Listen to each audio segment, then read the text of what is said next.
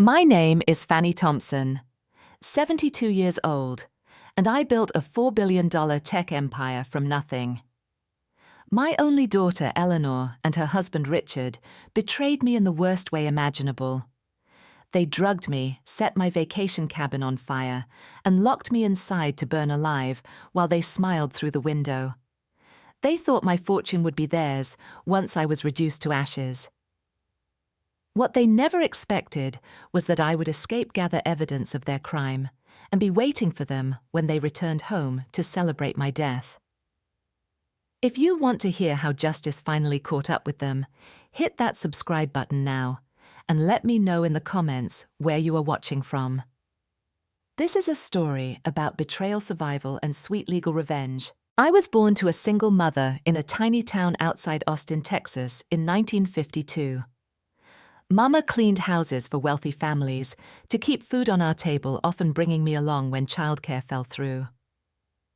While she polished silver and scrubbed floors, I observed how the rich lived, noticing they had something we lacked beyond material possessions options. From age 10, I promised myself I would create my own options in life. School became my sanctuary. While other girls my age focused on finding husbands, I threw myself into mathematics and science, earning perfect grades despite working part-time at the local diner to help with expenses. My high school guidance counselor, Mr. Bentley, recognized my potential and helped me secure a full academic scholarship to MIT. A miracle for a poor girl from Texas in the early 1970s. College was a shock. I was one of only 12 women in my computer science program, facing daily reminders that many considered me an unwelcome intrusion in a man's world. Male professors rarely called on me. Classmates refused to include me in study groups, and one professor explicitly told me I was taking a spot from a more deserving male student. But their dismissal only fueled my determination. I graduated second in my class in 1974, one of only 3 women to complete the program that year. My entry into the tech industry proved equally challenging. My first job at Digit Corp had me fetching coffee despite my qualifications. During meetings, male colleagues claimed my ideas as their own. One supervisor explained during my performance review that I would never advance because women are too emotional for leadership positions. Rather than fighting an unwinnable battle, I worked nights and weekends developing my own encryption software that could protect financial data better than anything on the market. The breakthrough came unexpectedly in 1982. A major bank experienced a catastrophic data breach that exposed thousands of accounts. Their existing security systems had failed completely. Through a former classmate now working at the bank, I secured a meeting with their desperate CTO. I demonstrated how my encryption algorithm could have prevented the breach entirely. He signed a contract that afternoon, the first of many that would follow. I founded SecureNet Solutions from my garage that year, with 3 employees myself. A brilliant programmer named Raj, who had been passed over at his previous company due to discrimination, and Marta, an exceptional sales strategist who could not advance beyond assistant level at her firm because she was a woman. We made a pact our company would value intelligence and innovation above all else, regardless of gender, race, or background. The early years were grueling. I remortgaged my small house twice to make payroll. We worked 18-hour days, sleeping on office couches and subsisting on vending machine snacks.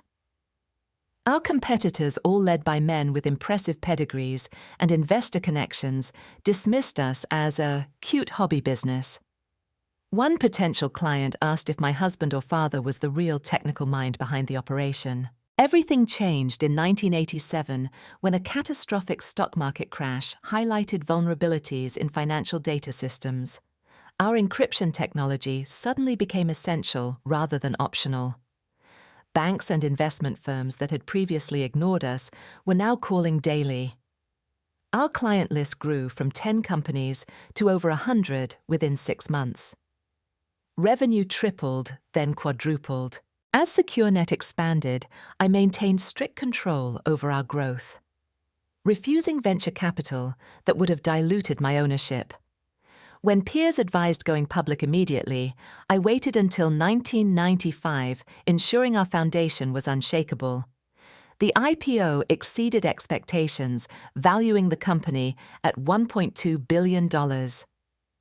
Overnight, I became one of the few female tech billionaires in the world. Success brought unique challenges.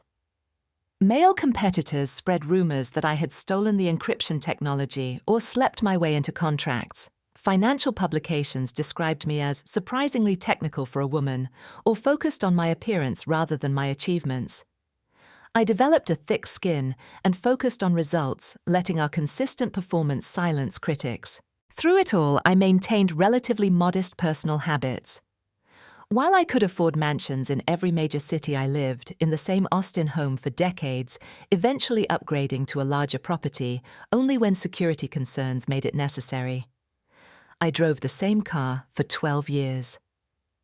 My one indulgence was philanthropic giving, particularly funding STEM education for girls and minority students. My foundation has provided over 5,000 scholarships since its inception. By 2010, my net worth had grown to approximately $4 billion. SecureNet had expanded globally, with offices in 22 countries. Our technology protected financial systems, healthcare data, and government infrastructure. I had stepped back from day-to-day operations, but remained chairman of the board, still making all major strategic decisions. At age 60, I had exceeded my wildest dreams, creating a legacy of innovation and integrity in an industry often lacking both. The only area where I felt I had truly failed was with my daughter Eleanor. Born in 1985 during our company's most critical growth phase, Eleanor grew up with privileges I never imagined as a child. I provided every advantage from private schools to international travel, determined she would have the options I had fought for. Perhaps I overcompensated for my own deprived childhood, or perhaps my focus on the business during her formative years created a disconnect I never successfully bridged. While I had hoped Eleanor would develop my work ethic and resilience, she instead embraced the entitlement that surrounds generational wealth. Where I saw money as a tool for creating opportunity and impact, she viewed it as a birthright to be spent on luxury and status. Her spending habits became legendary by her early 20s, dropping $50,000 on weekend shopping sprees and demanding a new luxury car whenever the previous one lost its novelty. Despite her attendance at the finest universities, Eleanor showed little interest in academics or career development. When I suggested she join SecureNet to learn the business she would eventually inherit, she laughed, saying she would rather die of boredom than work in technology. Instead, she moved to New York and established herself as a socialite, appearing in gossip columns and fashion magazines while contributing nothing substantive to society. I tried various approaches to instill responsibility. I established spending limits on her accounts, which she circumvented by charging expenses to the company. I offered to fund any business venture she initiated, but she never followed through on her fleeting entrepreneurial ideas. When I suggested therapy to address her emptiness and lack of purpose, she accused me of calling her crazy. Every attempt to guide her was interpreted as criticism or control. As Eleanor approached 35 with no career or meaningful pursuits, I made the difficult decision to maintain control of my company and fortune rather than transferring significant assets to her. I established a reasonable trust that would ensure her comfort without enabling destructive behavior. The remainder would go to my foundation after my death, supporting causes that reflected my values. Eleanor was furious when she learned she would not control the billions she expected to inherit, creating a rift that would ultimately lead to unimaginable betrayal. Eleanor lived in a luxury Manhattan apartment that I purchased, receiving a monthly allowance that would seem generous to anyone except a person accustomed to unlimited funds. She filled her days with exercise classes, spa treatments, and lunches with other wealthy women whose names populated society pages. Her Instagram account showcased an endless parade of designer clothes, exotic vacations, and celebrity-adjacent events. what it never showed was anything resembling purpose or genuine connection. We spoke infrequently, usually when she needed additional funds for some emergency that inevitably involved luxury purchases or exclusive experiences. Our conversations followed a predictable pattern: initial pleasantries, her request for money. My questions about her plans and goals, her defensive response, mutual frustration, and eventual compromise, where I provided part of what she asked while extracting hollow promises about future responsibility. This cycle continued until she met Richard Harmon at a charity gala in 2019. Eleanor attended these events solely for networking and photo opportunities, never from genuine philanthropic interest. Richard, according to her excited call the following day, was devastatingly handsome, incredibly successful, and from an old money family with connections everywhere. She described him as a hedge fund manager who handled investments for select ultra-wealthy clients. Most importantly to Eleanor, he had pursued her aggressively, sending extravagant flower arrangements and orchestrating elaborate dates involving private jets and exclusive restaurant buyouts. Something about Richard's interest in my daughter triggered my instincts. His courtship seemed strategically designed to impress someone obsessed with status and exclusivity, as if he had studied Eleanor specifically. During our first video call introduction, I noticed how his charming smile never reached his calculating eyes. When Eleanor left briefly to take another call, Richard asked pointed questions about my company and estate planning that seemed inappropriate for a first meeting. He mentioned securing Eleanor's future multiple times in our brief conversation. My concerns intensified when I ran a background check through SecureNet's security team. Richard Harmon had changed his name from Richard Harmon Cohen 10 years earlier. His hedge fund, Platinum Apex Investments, had been investigated twice by the SEC for irregularities, though charges were never filed. More troublingly, he had filed for bankruptcy twice before age 30, with former business partners suing him for misappropriation of funds. The old money family, he claimed, was fictional, his actual parents being middle-class teachers from New Jersey. When I attempted to share these findings with Eleanor, her reaction was volcanic. "You always do this," she screamed over the phone. "You cannot stand that I might be happy with someone who sees me as more than a disappointment. You had your private investigators dig up dirt because you are a controlling psychopath who cannot let me live my own life." She hung up and blocked my calls for 3 weeks. When communication resumed, Eleanor announced their engagement. The whirlwind romance had culminated in a proposal after just 2 months of dating. She demanded I finance a wedding at the Plaza Hotel with 500 guests, threatening to elope if I refused. Recognizing I would lose her completely if I objected further, I acquiesced, writing checks for a celebration that ultimately cost over $2 million. Richard's behavior changed noticeably after securing his position in the family. His previously cool politeness toward me transformed into excessive warmth. He called frequently to ask my advice on investments, sent thoughtful gifts on holidays, and expressed interest in learning about SecureNet's operations. This charm offensive felt calculated, particularly when conversations inevitably steered toward my estate planning or company succession strategy. Meanwhile, Eleanor became increasingly secretive. She changed her phone number without sharing the new one, reduced her social media presence, and deflected questions about their finances or future plans. When they purchased a $6 million townhouse in Manhattan, Eleanor vaguely attributed the funding to Richard's investments, despite my knowledge of his precarious financial history. On several occasions when visiting their home, I overheard troubling fragments of conversations. Once from their home office, I heard Richard say, "Just be patient, it will all be worth it soon." Another time, Eleanor whispered, "She is suspicious already, we need to be careful." They would abruptly change topics when I entered the room, switching to exaggerated pleasantries that felt rehearsed. Richard began making concerning statements disguised as casual conversation. "You should really consider transferring SecureNet leadership soon," he suggested during one dinner. Many studies show cognitive decline accelerates after 70. Would not want the board to force retirement due to diminished capacity. On another occasion, he mentioned a client whose elderly mother tragically developed early-onset dementia, but fortunately had already signed over her assets to her children. After nearly 2 years of this uncomfortable dynamic, Eleanor suddenly initiated a reconciliation. She called on my birthday, something she had not done in years, expressing regret about our strained relationship.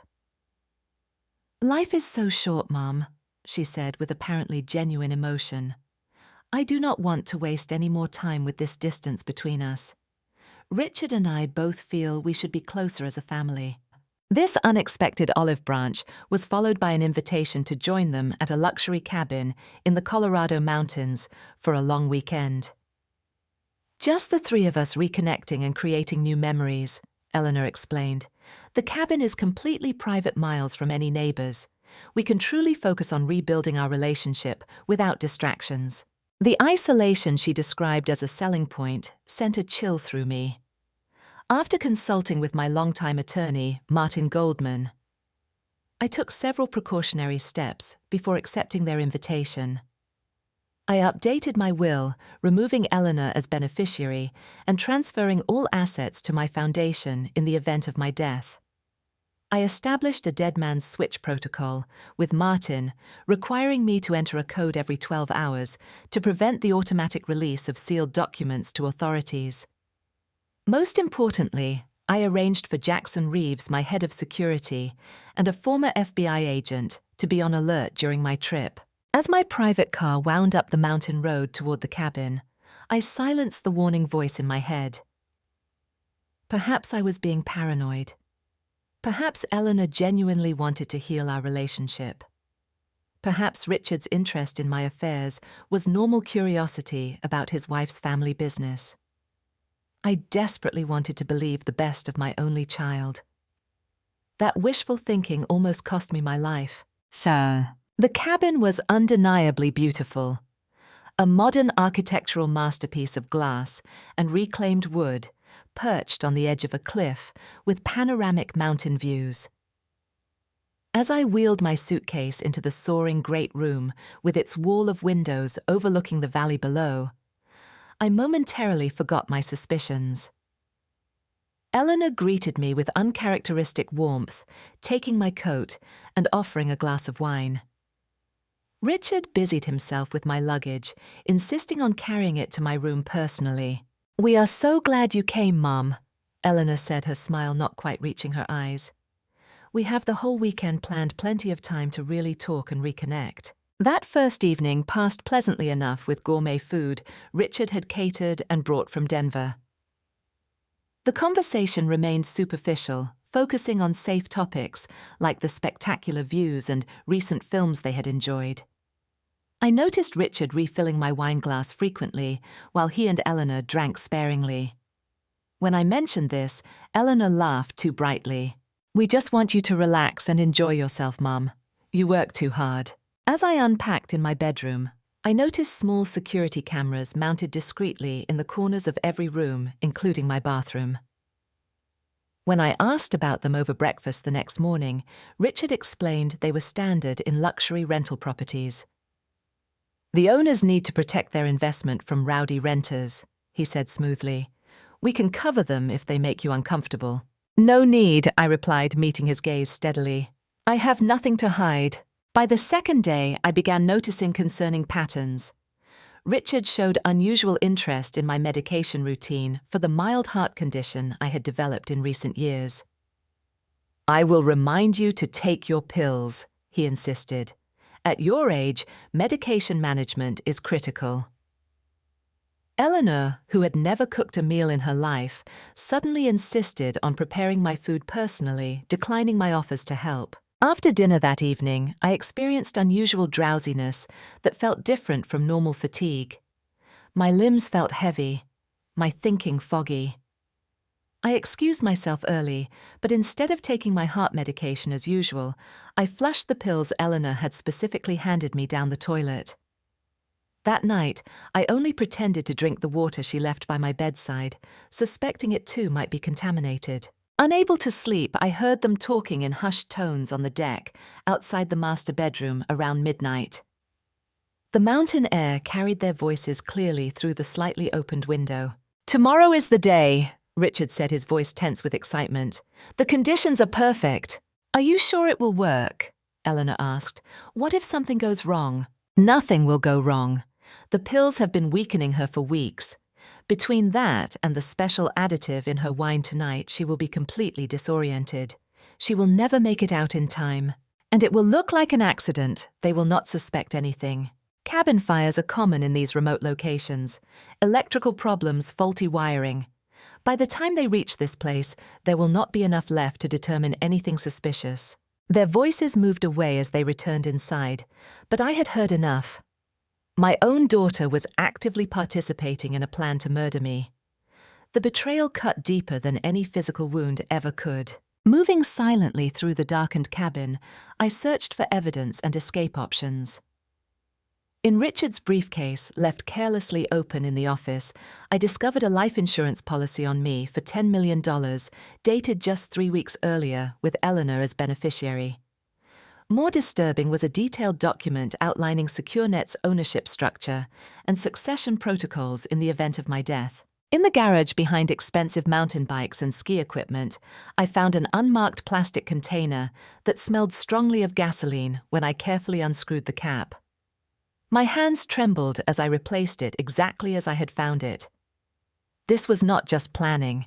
This was imminent action. I needed to contact help immediately, but discovered the landline had been disconnected, with Richard blaming poor rural infrastructure. My cell phone, which had shown no reception upon arrival, was now missing from my purse. The nearest neighbor was over 5 miles away, impossible to reach on foot in the darkness, particularly with my recent knee replacement. Returning to my room, I silently photographed the evidence, using a second phone I had hidden in the lining of my suitcase, a security precaution that now seemed prescient rather than paranoid. I sent the images to Jackson along with my location, but the poor reception prevented confirmation that the message had been delivered. As a final measure, I activated a small recording device. I always carried technology developed by my own company for security personnel. I placed it beneath the living room sofa, hoping to capture further evidence of their plans. Then I returned to my room and pretended to sleep, keeping a small pocket knife from the kitchen hidden beneath my pillow. Around 3 in the morning, I was jolted awake by the acrid smell of smoke. Moving to my door, I felt its surface, finding it hot to the touch, a clear warning not to open it. Smoke seeped through the gap beneath the door, and I could hear the unmistakable crackling of flames consuming the wood structure. Wrapping a damp towel around my face, I moved to the window, seeing flames already engulfing the main living area.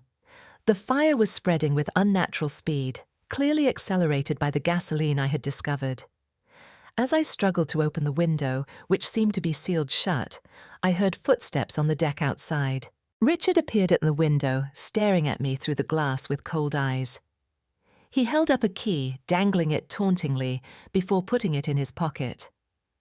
"All the doors and windows are secured," he said, his voice muffled but audible through the glass. "Hope you like fire, Mother." His mouth twisted into a cruel smile. Behind him stood Eleanor, my daughter, the baby I had nursed and raised. There was no horror or reluctance on her face, only impatient calculation. She checked her watch and tugged Richard's arm. "Come on, we need to establish our alibi. We cannot be seen here." As they turned to leave, Eleanor looked back, once her eyes meeting mine, without a flicker of remorse. In that moment, I saw clearly what I had refused to acknowledge for years.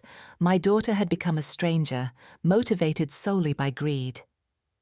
The child I had loved existed only in my memories. The reality of my situation crystallized with terrible clarity. I was 72 years old, locked in a burning cabin, miles from help. My own flesh and blood had left me to die in one of the most painful ways imaginable. If I was going to survive, I would need to rely on the same resourcefulness and determination that had built my fortune. Did. As smoke filled my bedroom, my first instinct was panic, the primal human response to fire.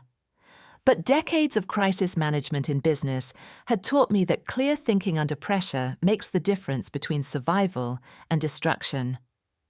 I forced myself to assess my options methodically, even as the heat intensified and breathing became difficult. The bedroom door was not an option, with flames visible through the crack beneath it. The main window was sealed shut, likely locked from the outside, as Richard had indicated. The bathroom connected to my bedroom offered temporary refuge from the smoke, but would ultimately become a trap as the fire spread. I remembered a workplace safety course SecureNet had implemented years ago after a small electrical fire in our server room. The fire chief who conducted the training emphasized that most fire deaths result from smoke inhalation rather than burns. Get low where the air is clearer, he had advised. And remember that fire moves upward and outward, so if you cannot go out, try going up if possible. Crawling on my hands and knees to the bathroom, I soaked towels in the bathtub and blocked the gap beneath the bedroom door to slow the smoke. I dampened another towel and wrapped it around my face. The bathroom had a small window, approximately 18 inches square, designed more for ventilation than egress. It was my only potential escape route. Using the handle of a heavy hairbrush, I broke the glass, careful to clear all shards from the frame. Looking out, I saw a steep drop to rocky ground below. At my age, such a fall could be fatal, even without the surrounding fire. But staying meant certain death. Smoke was now pouring into the bathroom, despite my towel barrier. The building's structure groaned ominously as support beams weakened in the intense heat. I had minutes at most before the entire second floor might collapse. The window frame was narrow, certainly not designed for an adult body to pass through. But fear and adrenaline can make seemingly impossible feats achievable. I removed my outer clothing to reduce bulk, and standing on the edge of the bathtub, began the painful process of squeezing through the opening head first. The rough wooden frame scraped against my skin as I forced my shoulders through the narrow space. For a terrifying moment, I thought I was stuck, my hips unable to clear the opening. I twisted sideways, feeling a sharp pain as the splintered wood tore into my flesh. With a final desperate push, I broke free, tumbling awkwardly to the ground below. The impact knocked the wind from my lungs. Pain shot through my right ankle and left wrist as they absorbed the brunt of the fall. But damage assessment would have to wait. The fire had now reached my bathroom flames, shooting from the window I had just escaped through. The entire structure was engulfed, creating a hellish glow against the night sky. I crawled away from the burning cabin, seeking the shelter of the surrounding pine forest. From this vantage point, I watched as Richard and Eleanor returned briefly to survey their handiwork from a safe distance. They stood silhouetted against the inferno, Richard's arm around Eleanor's shoulders, in a grotesque tableau of celebration. When the roof collapsed in a shower of sparks, they returned to their vehicle and drove away, clearly satisfied that their plan had succeeded. The reality of my situation remained dire. I was injured, dressed only in undergarments and a thin nightgown, miles from civilization in mountain wilderness during early spring when overnight temperatures dropped below freezing. My injuries, though not life-threatening, severely limited mobility. My age compounded these challenges, my body less resilient to trauma and exposure than in younger years. But I was not without resources. Decades of building a technology empire had taught me perseverance through seemingly impossible circumstances. The pocket knife I had hidden was still clutched in my hand. More importantly, my mind remained sharp, unclouded by the drugs they had attempted to administer earlier. I oriented myself using the North Star. Recalling that we had passed a hiking trail approximately 2 miles southeast of the cabin during our drive-in. Such trails were regularly patrolled by forest rangers and used by early morning hikers.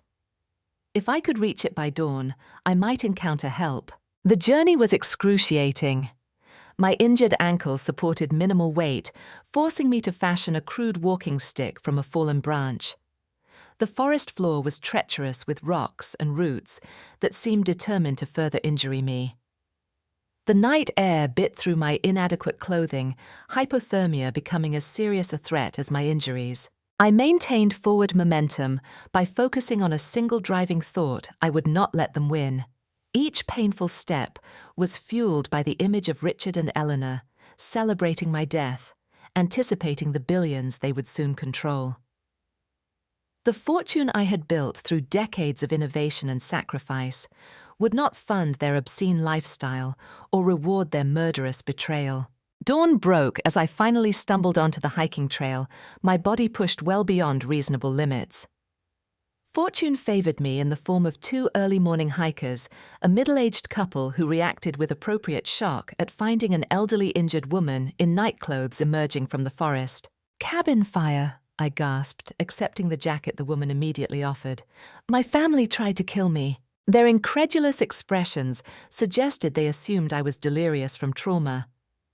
But they responded with immediate compassion, helping me sit while offering water and energy bars from their packs. "We need to call emergency services," the man said, reaching for his satellite phone. "You need medical attention, and the fire department should be notified about the cabin." "Wait," I said, grasping his arm with surprising strength. "Please let me use your phone first. There are people who need to know I'm alive before the authorities get involved. My daughter and son-in-law believe they succeeded in killing me. If they learn otherwise too soon, they will flee." Something in my steady gaze convinced him of my lucidity. He hesitated, then handed me the phone. I called not 911, but Jackson Reeves, my security chief, who had been on alert status since I left for this trip. "Fannie," his voice reflected controlled alarm at the unfamiliar number. "Are you all right?" We received fragmented photos, but could not establish clear communication. "Implementation of Protocol Lazarus," I replied using our pre-arranged emergency code. "Full surveillance and containment, no official channels yet. I am injured but stable." "Understood," he responded immediately. "Your location?" I handed the phone to the male hiker, who provided trail coordinates. Within 30 minutes, an unmarked helicopter landed in a small clearing near the trail. The hikers watched in bewilderment as two highly professional individuals in unmarked tactical gear helped me aboard, thanking the couple for their assistance, and advising them to report the fire to authorities, but mention nothing about me. "Who are you?" the woman asked as the helicopter prepared to lift off. Sometimes I replied, "The victim is not who the predators believe her to be." My security team transported me not to a public hospital where records could be traced, but to a private medical facility used by high-profile clients requiring absolute discretion. Dr. Lena Kim, who had been my personal physician for 15 years, was waiting when we arrived. "Smoke inhalation, second-degree burns on your back, and arm sprained, ankle-fractured wrist, multiple lacerations, and mild hypothermia," she listed clinically after examination. "Any normal 72-year-old would be in critical condition after such trauma. You, however, appear to be functioning on sheer determination." "That has always been my most valuable asset," I replied as she set my wrist. "How long until I can move freely?" Dr. Kim frowned. "Fannie, you need at least a week of complete bed rest followed by extensive rehabilitation. Your body has experienced significant trauma." "I do not have a week. My would-be killers are currently celebrating their success. I need to address that situation before they liquidate my assets." While receiving treatment, I was simultaneously planning my counterattack. Jackson updated me on developments. Local news was reporting a devastating fire at a luxury rental cabin with human remains discovered in the wreckage. The remains, I would later learn, were animal bones Richard had planted to suggest a body too damaged for immediate identification. Eleanor and Richard had been located at the Four Seasons Denver, where they had checked in the previous evening, establishing their alibi. Hotel security footage showed them dining in the restaurant during the estimated time of the fire, though they had actually returned to the cabin after being seen in public, then come back to the hotel undetected through a service entrance. Most infuriatingly, they were already meeting with financial representatives. Martin confirmed they had contacted my attorneys first thing in the morning, expressing shock and grief over the tragic accident, while simultaneously inquiring about the timeline for transferring control of my assets. "They are not wasting any time," Martin reported via secure video call. "Eleanor was asking about accessing your private banking accounts before your body was even officially identified. I have stalled by insisting on proper probate procedures, but they are pushing hard. I directed my team to maintain complete secrecy regarding my survival. Only 5 people knew I was alive: Jackson Martin, Dr. Kim, and 2 trusted security personnel. This secrecy was essential to my strategy, allowing me to gather evidence while Richard and Eleanor incriminated themselves further. From my secure recovery location, I watched surveillance footage of the couple returning to my Austin estate, where they had insisted on staying, to feel close to Fannie during this difficult time. The cameras captured them opening champagne in the kitchen, toasting gleefully to new beginnings and financial independence. "To think we almost gave up last year when she updated her will," Richard said, refilling their glasses. "That would have been a costly mistake." "Worth the wait," Eleanor agreed, examining my collection of artwork with calculating eyes. I was beginning to think she would live forever just to spite me. The old bat was tougher than she looked. "Not tough enough for fire." Richard laughed callously. Though I admit, seeing her face at the window when she realized what was happening, that was an unexpected bonus. Their conversation continued, detailing their plans for spending my fortune selling my company and liquidating my charitable foundation. They discussed their planned statement to the press, practicing fake tears and appropriately grief-stricken expressions. Not once did they express a moment of genuine remorse or loss. Meanwhile, my investigative team was uncovering the full extent of their planning.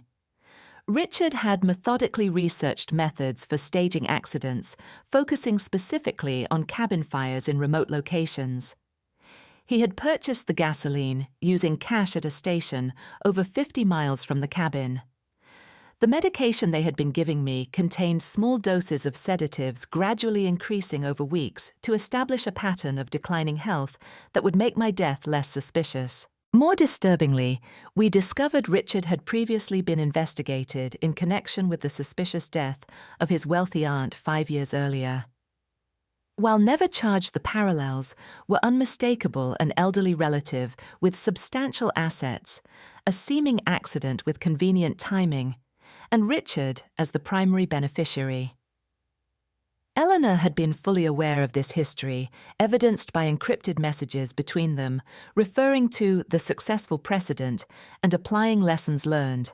Eleanor's personal laptop, accessed remotely through security protocols I had installed in my home system, revealed a detailed diary documenting her resentment toward me and the evolution of their murder plot. "Mother continues to control everything, even from beyond the grave, with her precious foundation," one entry read.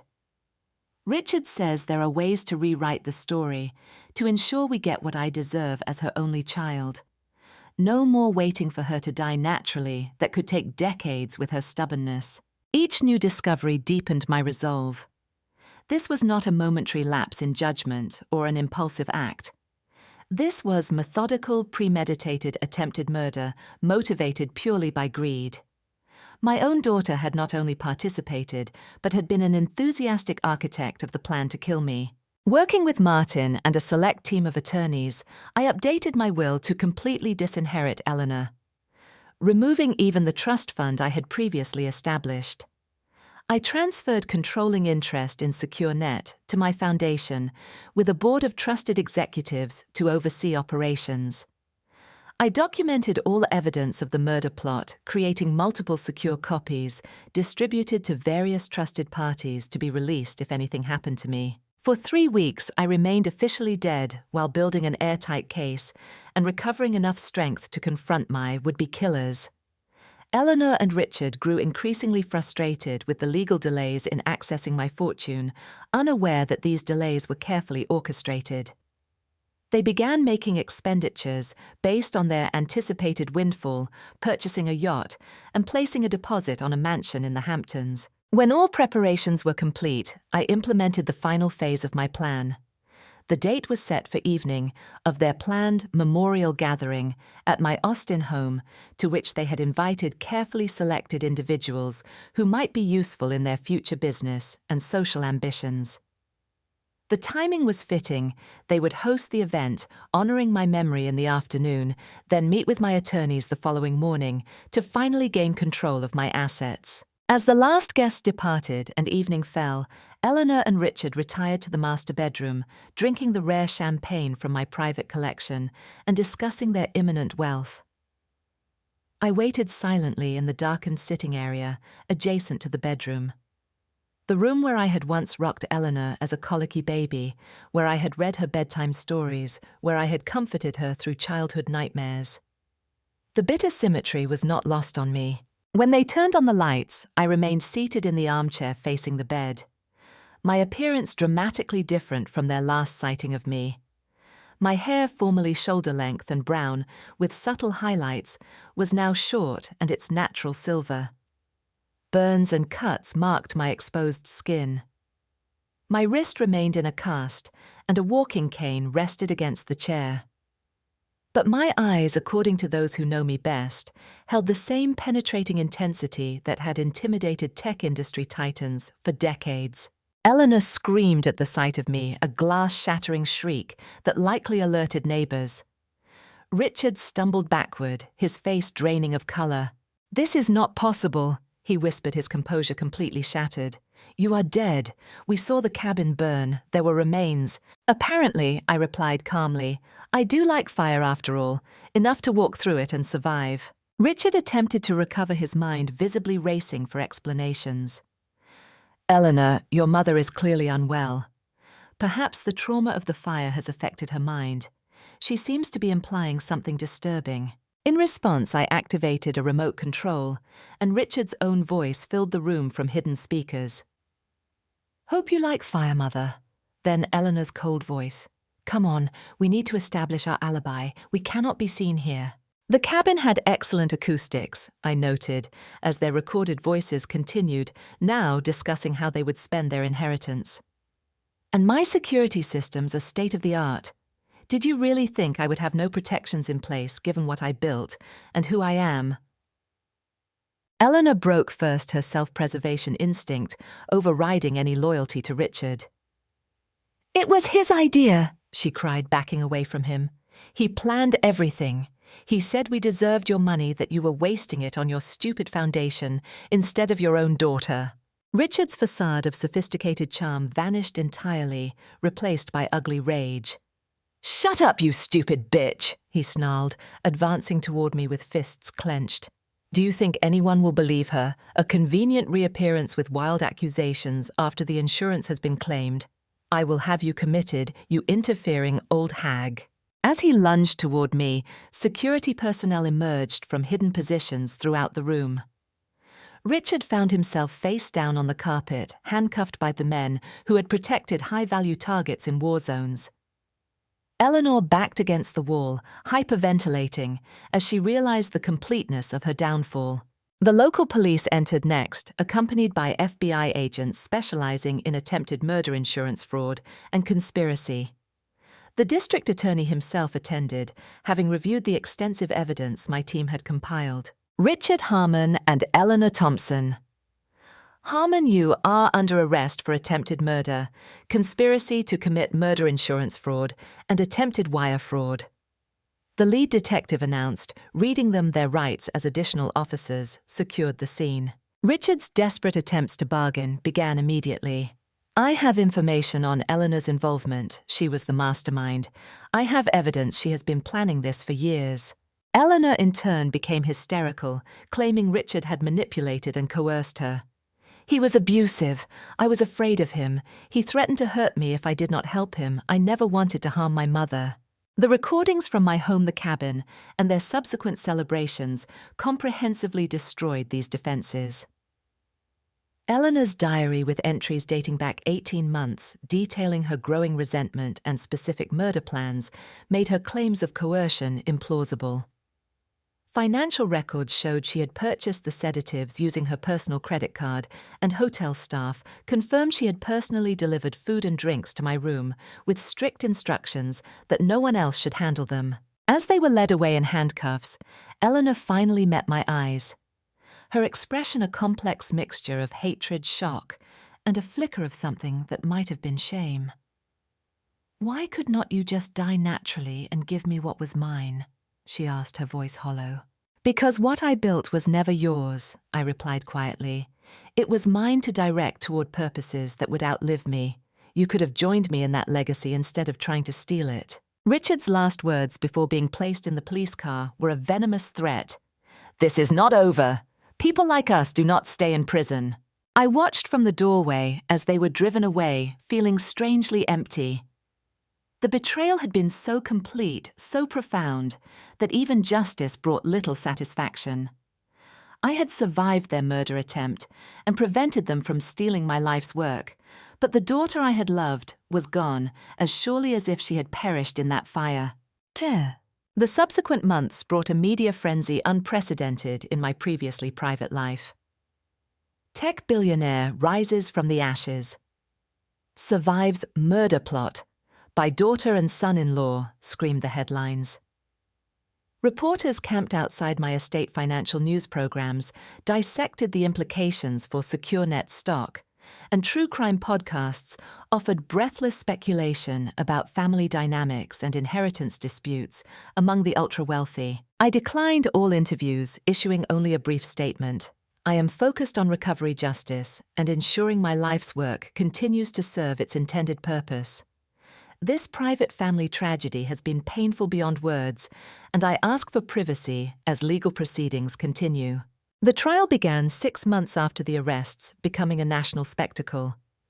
Prosecutors presented overwhelming evidence, the recording of Richard locking me in the burning cabin.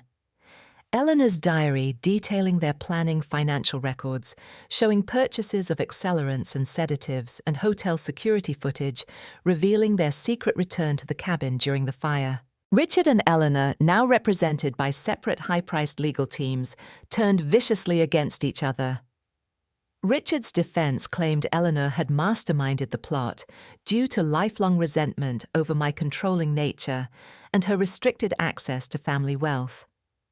Eleanor's team portrayed her as a victim of Richard's coercive control, psychologically manipulated into participating in his scheme. I testified for 2 grueling days, describing the betrayal in clinical detail, while avoiding emotional displays that might undermine my credibility.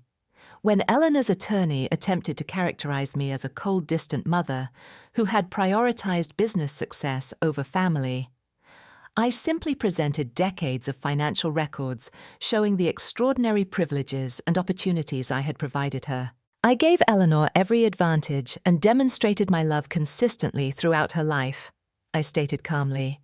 What I did not give her was unearned control of a $4 billion company she had no interest in understanding or preserving. That was a business decision, not a failure of maternal love. The most damning testimony came from unexpected sources.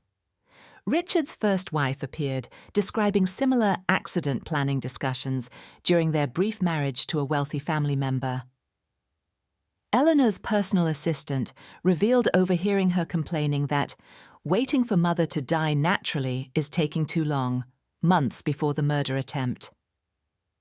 The cabin rental company's maintenance worker testified about Richard's unusual questions regarding the property's remoteness and emergency response times. The prosecution presented a forensic financial analysis showing that Richard had already begun transferring funds and preparing to liquidate company assets before my death was even confirmed.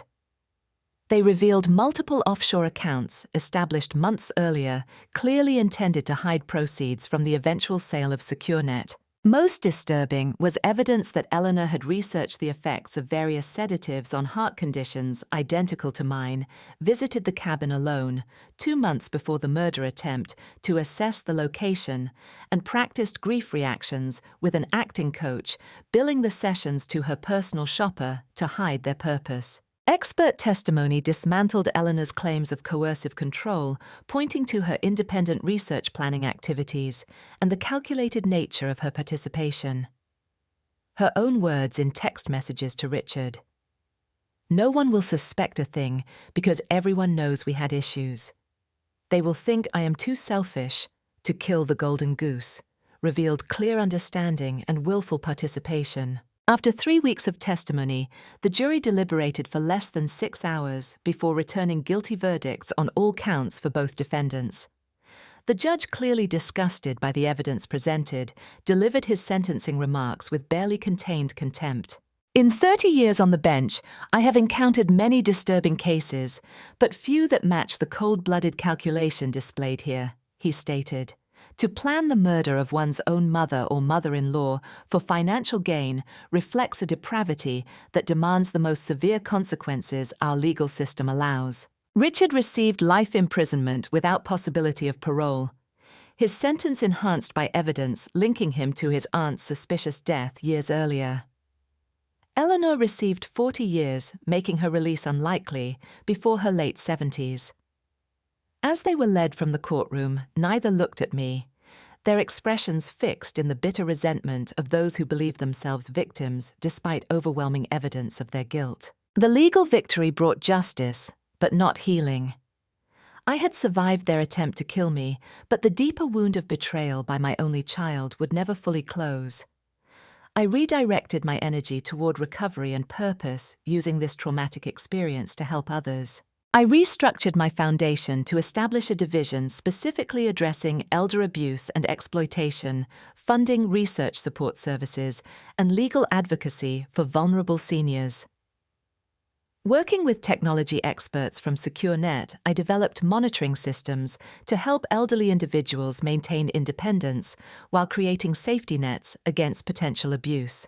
The most meaningful initiative emerged from collaboration with forensic psychologists who had studied Eleanor and Richard's case. We created educational programs helping financial institutions identify warning signs of potential exploitation and criminal intent in sudden changes to elderly clients' accounts or estate plans. These protocols have since prevented dozens of similar plots and protected countless vulnerable individuals. At SecureNet, I implemented an ethics division, ensuring our security technology could never be misused for surveillance or exploitation. We developed special protections for elderly users, incorporating subtle cognitive assessments into routine interactions to detect potential impairment or undue influence without compromising dignity. On a personal level, healing came slowly. I sold the Austin estate, unable to continue living where the final confrontation had occurred. The mountain cabin was rebuilt not as a residence, but as a retreat center for elderly survivors of family violence and exploitation, a place where betrayal and trauma could be transformed into resilience and community. I reconnected with extended family members I had neglected during decades of intense focus on business and raising Eleanor. Cousins, nieces, and nephews I barely knew welcomed me into their lives, creating a chosen family to replace what I had lost. For the first time in decades, I celebrated holidays surrounded by genuine warmth rather than Eleanor's performative affection hiding resentment. The question I am asked most frequently is whether I have forgiven Eleanor. The answer is complex. I have released the consuming anger that threatened to poison my remaining years. I have accepted that the daughter I raised made choices that reflected her character, not my failings as a mother. But true forgiveness requires remorse from the transgressor, and Eleanor has shown none, continuing to blame me, Richard, and circumstances for her actions. I visit her once yearly, a brief, strained interaction that serves as reminder that consequences follow choices. She remains focused on her release on what remains of my fortune, on the perceived injustice of her sentence. I leave these visits with renewed certainty that while biology made us related, her choices unmade us as family. The legacy of this experience is not the trauma or betrayal, but the renewed purpose it provided. At 75, when many would retreat into bitter isolation after such betrayal, I instead found new mission and meaning. The foundation now reaches thousands of vulnerable seniors annually, providing protection, advocacy, and community.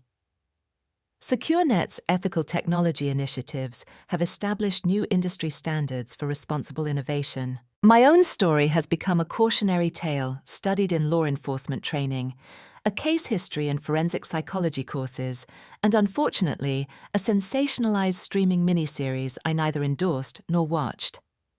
But beyond the public narrative, I have reclaimed my private life, finding unexpected joy in simplicity, genuine relationships, and purpose beyond wealth and achievement. For those of you watching who may be facing betrayal, exploitation, or family violence, please know that survival is possible. Justice is worth pursuing, and rebuilding can bring unexpected purpose. Age does not make us easy victims, as my daughter and son-in-law discovered too late. Our experience and wisdom become powerful weapons when combined with proper preparation and support. Have you ever had to rebuild trust after betrayal or protect yourself from those who should have been protectors? Share your stories in the comments below. And if you know someone who might benefit from hearing this journey of survival and justice, please hit the share button. As always, your support through subscribing and engaging helps these important stories reach those who need them most. Remember, wealth can be stolen, but resilience and determination are assets no one can take without your permission. Thank you for listening, and stay vigilant out there.